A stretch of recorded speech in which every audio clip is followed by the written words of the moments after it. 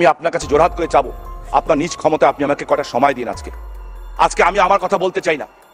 আমি আজকে অনেক অধিকাংশ সংসদ সদস্যের মনে কথা বলতে চাই।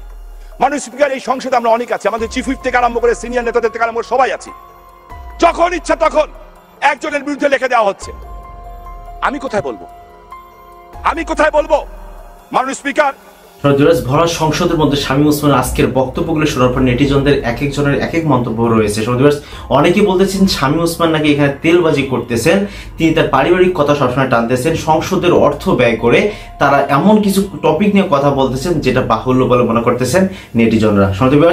আরো অনেকে কমেন্টে বলতেছেন এই শামীম ওসমান সবসময় তেলবাজি করে থাকেন সংসদের মধ্যে, এখানে জনগণের টাকা দিয়ে তারা সংসদ চালাচ্ছে, কিন্তু সংসদের ব্যাপারে জনস্বার্থের ব্যাপারে বর্তমান বাংলাদেশের মুদ্রাস্ফীতির ব্যাপারে কোনো রকম কথা হচ্ছে না, তারা শুধু তেল দিয়ে যাচ্ছেন। এরকম অনেক মন্তব্য করছেন নেটিজনরা এবং আপনাদেরকে সেই বক্তব্যটি আপনাদের মাঝে এখন তুলে ধরলাম, যে ভিডিও মুহূর্তের মধ্যে হাজার হাজার মানুষ দেখেছে। আমরা এখন কথা বলবো না, সরাসরি চলে যাব কি এমন কথা বললেন যার জন্য শামীম ওসমান এরকম তোপের মুখে পড়ে গেলেন। চলুন আমরা সেই ভিডিওটি দেখে আসি। আমি আপনার কাছে জোরহাত করে চাবো, আপনার নিজ ক্ষমতায় আপনি আমাকে কটা সময় দিন। আজকে আমি আমার কথা বলতে চাই না। আমি আজকে অনেক অধিকাংশ সংসদ সদস্যের মনে কথা বলতে চাই। মাননীয় স্পিকার, এই সংসদে আমরা অনেক আছি, আমাদের চিফ হুইপ থেকে আরম্ভ করে সিনিয়র নেতাদের থেকে আরম্ভ করে সবাই আছি। যখন ইচ্ছা তখন একজনের বিরুদ্ধে লিখে দেওয়া হচ্ছে। আমি কোথায় বলবো? মাননীয় স্পিকার, আমি আপনাকে কাগজ দেখাই, এই কাগজটি আমি আপনাকে পাঠাবো। মাননীয় স্পিকার, প্রথম আলো 7 মার্টার হলো নারায়ণগঞ্জে, 7 খুন। এই 7 খুনের বিরুদ্ধে আমি প্রথম বক্তব্য দিয়েছি 1 ঘন্টার মাথায়, যে কারা এই ঘটনা ঘটিয়েছে। এমনকি যেখানে যেখানে জানানো দরকার সরকারের, সব জায়গায় আমি অরিজিনাল তথ্য দিয়ে দিয়েছিলাম ঘটনাটা এইভাবে সংঘটিত হয়েছে। এবং সেইটা বলার পরে আজকে যখন 38 মাস পরে বিচার হলো, দেখা গেল আমার কথা সত্য। কিন্তু প্রথম আলো পত্রিকায় উঠলো 1/6/2014 শামীম ওসমান এই খুনের সাথে জড়িত। 38 মাস ধরে বসে আছি, নোটিশ পাঠালাম যে সূত্রের নাম বলেন। ওনারা পত্রিকায় বললেন সূত্রের নাম বলতে পারি না, আমাদের বলার নিয়ম নাই। ওয়েল, বলেন না। তাহলে আমি যদি একজন ক্রিমিনাল হয়ে থাকি, খুনি হয়ে থাকি, it is your duty to inform that to hmm, যে তদন্তকারী কর্মকর্তা তার কাছে। আবার নোটিশ পাঠালাম, ওনারা উত্তর দিলেন না। আমি বললাম ওকে ফাইন, তুমি যদি স্বচ্ছন্দ বোধ না করো, আপনি স্পিকার, আপনি আমার অভিভাবক, আমি যদি অপরাধী হই, আমি তার কাছে লিখিত নোটিশ পাঠালাম, প্রত্যেকটা রিসিভ কপি আমার কাছে আছে, যে আপনি দয়া করে মাননীয় স্পিকারকে অবহিত করেন যে আমি কিভাবে জড়িত। উনি জানালেন না। আমি আবার নোটিশ করলাম, স্পিকারের প্রতি সন্তুষ্ট না থাকলে মহামান্য রাষ্ট্রপতিকে জানান। উনি জানালেন না। আমি তথ্য মন্ত্রণালয়ের চিঠি লিখলাম তথ্য সচিবের কাছে, আমার সরকারের তথ্য সচিবের কাছে, 7/8/2014, 3 মাস পরে চিঠি পাঠালাম যে আপনাদের নিয়ন্ত্রিত একটা পত্রিকা আমাকে খুনি বলা হয়েছে, আমি এই নোটিশ পাঠিয়েছি, আমি তার প্রতিকার চাই। ওইখান থেকেও পেলাম না। মাননীয় স্পিকার, আজকে তো রায় বেরিয়েছে, আজকে ওনারা কি বলবেন আমি জিজ্ঞাসা করতে চাই। আমি যদি মরে যেতাম তাহলে এই কথা বলার সুযোগ ছিল না। এর জন্য দায়ী আপনি স্পিকার। আমি আপনাকে উদ্দেশ্য করে বলি, কেন দায়ী? যদি লিটনকে সেই দিন 160 পরে কথা বলতে দিতেন, লিটন তার আত্মার তৃপ্তি দিয়ে বলতো, যেভাবে কান্নায় ভেঙে পড়ে ওই টেবিলের সামনে বলেছিল যে আমি এই কাজ করি নাই শামীম ভাই, আমি যদি না বেরোতাম আমাকে গুলি করে মারত। আমি বাংলাদেশের 90% সাংবাদিক ভালো। মাননীয় স্পিকার, যারা ওয়াল ইভেন্ট ঘটাতে চায়, আর কিছু আতেল সুশীল আছেন যারা এই ঘটনাগুলি নতুন করে চক্রান্ত শুরু করেছেন। চক্রান্তটা কি? শেখ হাসিনার প্রশ্নে যারা বিন্দু পরিমাণ আপোষ করবে না তাদেরকে টার্গেট করা হচ্ছে, চরিত্র হনন করা হবে, এমন ভাবে হনন করা হবে যাতে আগামীতে তারা রাস্তায় জনগণের সামনে যেতে না পারে, কিংবা দলের ভিতরেই বিতর্ক করা হবে। হয়তো দলের ভিতরেও কিছু লোক থাকতে পারে মাননীয় স্পিকার এগুলি করার জন্য, হইতেই পারে মাননীয় স্পিকার, কারণ এই দলে মোস্তাক তো এই দলেরই লোক ছিল মাননীয় স্পিকার। তাই আমি আজকে আপনার কাছে প্রশ্ন করি, বাদ দেন মাননীয় স্পিকার আমার বিরুদ্ধে কি লিখেছে, আমাদের এই সকল সংসদ সদস্যের বিরুদ্ধে কে লিখেছে, বাদ দেন।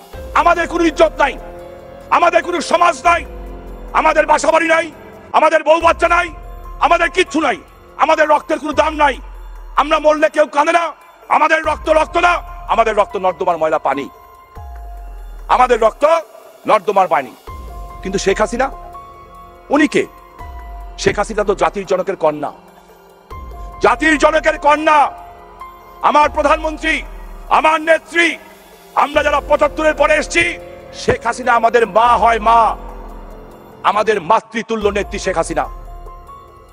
2001-11-এর সময় তার বিরুদ্ধে, যিনি সততার মূর্তমান প্রতীক, আমি যাকে দেখেছি, যাকে চিনেছি, আওয়ামী লীগ করি বলবো না, আল্লাহকে সাক্ষী রেখে বলতে চাই, আমি তো এরকম আল্লাহওয়ালা মানুষ দেখি নাই। মাননীয় স্পিকার, আল্লাহকে সাক্ষী রেখে বলতে চাই, এরকম দেশপ্রেমিক আমি দেখি নাই। মাননীয় স্পিকার, তিনি তার বাবার স্বপ্নের জন্য সকল বিষ হজম করছেন। উনি নীলকণ্ঠী। সেই ডেইলি স্টার পত্রিকার সম্পাদক মাহফুজ আনাম টেলিভিশনে তো স্বীকারোক্তি দিলেন মাননীয় স্পিকার, যে হ্যাঁ, এই ঘটনাগুলি আমি তখন তৎকালীন ডিজিএফআই এর কারণে, এই কারণে আমরা এগুলি লিখেছি। আমরা লিখেছি, ওনাদের লেখার কারণে আমার নেত্রীকে 11 মাস জেল খাটতে হয়েছে, দুর্নীতিবাজ বানানো হয়েছে। কিসের আলামত মাননীয় স্পিকার? এগুলি কিসের আলামত? কেন তাদের কি, তারা কি সকল বিচারের ঊর্ধ্বে? তাদের মতো কিছু সাংবাদিকদের জন্য আজকে যারা সত্যিকারের ভালো সাংবাদিক, যাদের সংখ্যা 90%-এর বেশি, তারা আজকে বিতর্কিত হচ্ছেন। মাননীয় স্পিকার, মাননীয় স্পিকার, আমি আপনার কাছে বিনয়ের সাথে বলতে চাই, বাদ দেন, আমার নেত্রী নীলকণ্ঠী, উনি নীলকণ্ঠী, উনি বিষ হজম করেন। কেন? আমার নেত্রী তার বাবার স্বপ্ন পূরণ করতে চান, এটাই তার একমাত্র মত। কি স্বপ্নটা? কি স্বপ্নটা? হচ্ছে এদেশের মানুষের মুখে হাসি ফুটানো। স্বপ্নটা হচ্ছে এদেশের মানুষের অর্থনৈতিক মুক্তি। মাননীয় স্পিকার, উনি নীলকণ্ঠ, আমি তো নীলকণ্ঠ না। আমার বাবার স্বপ্ন পূরণ হয়ে গেছে। আমার বাবা একেএম শামসুজ্জোহা মৃত্যুর আধা ঘন্টা আগে বলে গেছেন, আমার 3টা ছেলে যদি বঙ্গবন্ধু হত্যার বিচারের প্রতিশোধ নিতে যে মরেও যায়, আমার কোনো আপত্তি থাকবে না।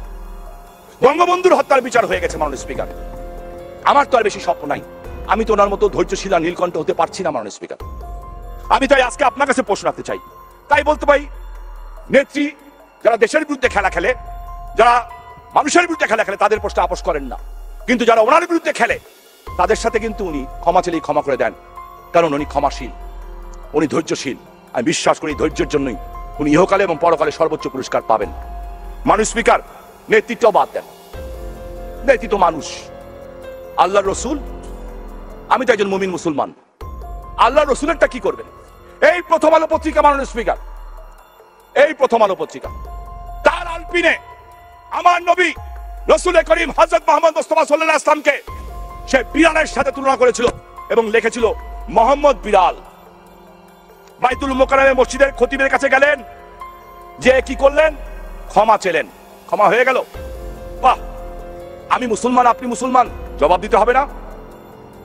ওরা নেত্রীর বিরুদ্ধে বলবে, ওরা আমাদের এমপিদের চরিত্র হনন করবে, ওরা সচিব কথা না দিলে সচিবের চরিত্র হনন করবে, পুলিশ কথা না শুনলে পুলিশের চরিত্র হনন করবে, সেনাবাহিনী না কথা হলে সেনাবাহিনীর চরিত্র হনন করবে।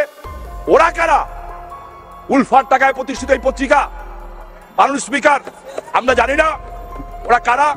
আমার নেত্রী আজকে নাম বলেন নাই, পদ্মা সেতু আটকাতে যে কোন পত্রিকার সম্পাদক ছিল? মাননীয় স্পিকার, প্রশ্ন করতে চাই।